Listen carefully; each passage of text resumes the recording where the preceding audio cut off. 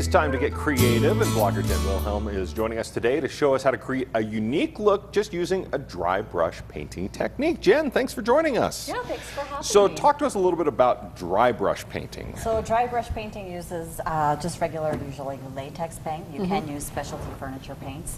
But the shutter picture that we opened up with before is kind of that dry brush technique. It takes something and makes it look like it's been sitting out in the weather for a while. But A it's little been bit of really worn look to it. Yeah. Okay. So the goal of this is not to be pristine. It's to actually have that worn look. To have that worn look and hopefully maybe be able to use some of the texture of the wood to show through it.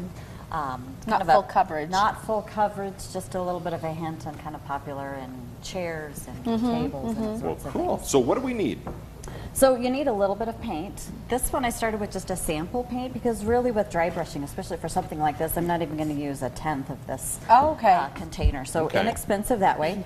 You need a regular paintbrush. I do like the angled brushes and a higher quality brush just for helping to spread that paint.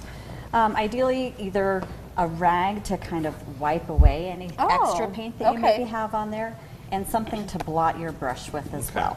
When you're done with painting, then you're going to want to maybe sand a little bit and have the ability to seal your paint technique and your finish as well. So this is a wax. That's then. a wax. You can use wax or a polyurethane. Whatever you kind of want to use to seal those with. So dip in hardly any, I'm guessing, into the paint. So this is unfinished side here, and then just a little bit of paint dry brushed on the sides, and I kind of did the bottom as well for a little bit bigger shot to be able to see. Are there better surfaces that work better with this type of technique? Does it have to be wood? Can you do it on different types of like qualities of wood? You're going to want to use a solid wood surface.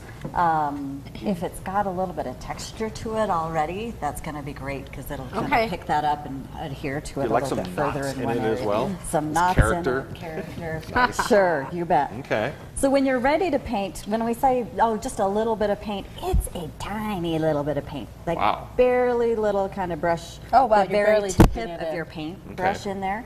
Maybe just a smidgen more. And then even that, I don't want it all at one time, so I'm going to kind of brush it off of there. Do you want to do some distressing beforehand or just save that for after? If your surface is super smooth, you want to sand it and make sure you don't have like really a finish on there.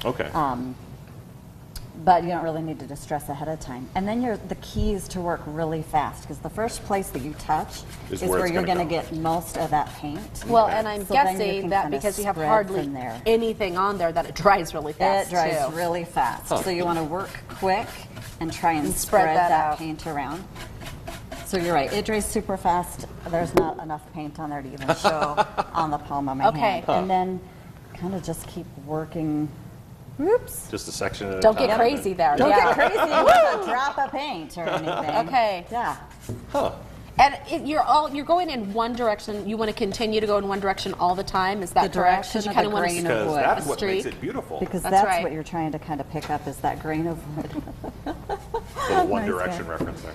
That's what makes it beautiful. That's what makes it beautiful. Be careful, or my daughter will start singing the song. It's her favorite. So you're just going to continue till you have that whole area covered. Okay. Then it's going to dry really pretty quickly. Not much on there. There's not much on there. If you get a big glob, right? Like a big glob of paint on there, you go, well, that is really not what I want. Work it out with your brush.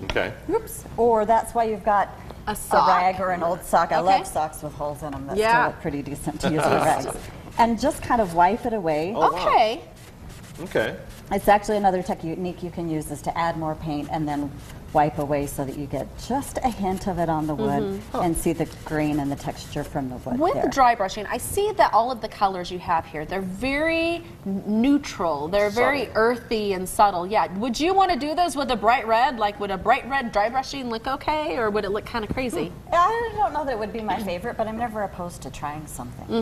If you're going to try something a little different or a little bright wet red, try a small section and say, oh yeah, or oh no, bad idea. And maybe that dry brush technique for that project, just sand it off. It's pretty small little amounts of wood, not a lot on there. Paint. If you decide that isn't the look I want to go for, sand it off, start over, try it again. Very cool. Well, if people would like to learn more about dry brushing, can they go to their your blog? They can after you link send the link to me. I'm going to just use KPVI. That's up right. on Use my us. blog. We'll put a link on there on the video. Watch the video on kind of how to Fantastic. do that. Okay. But there's all Perfect. sorts of other stories and cool. items available around the blog. It's fun to stop by. Very good. So lively-grace.blogspot.com. Fantastic. perfect. Thank Jen, you so thank much. you so. And we'll be right back.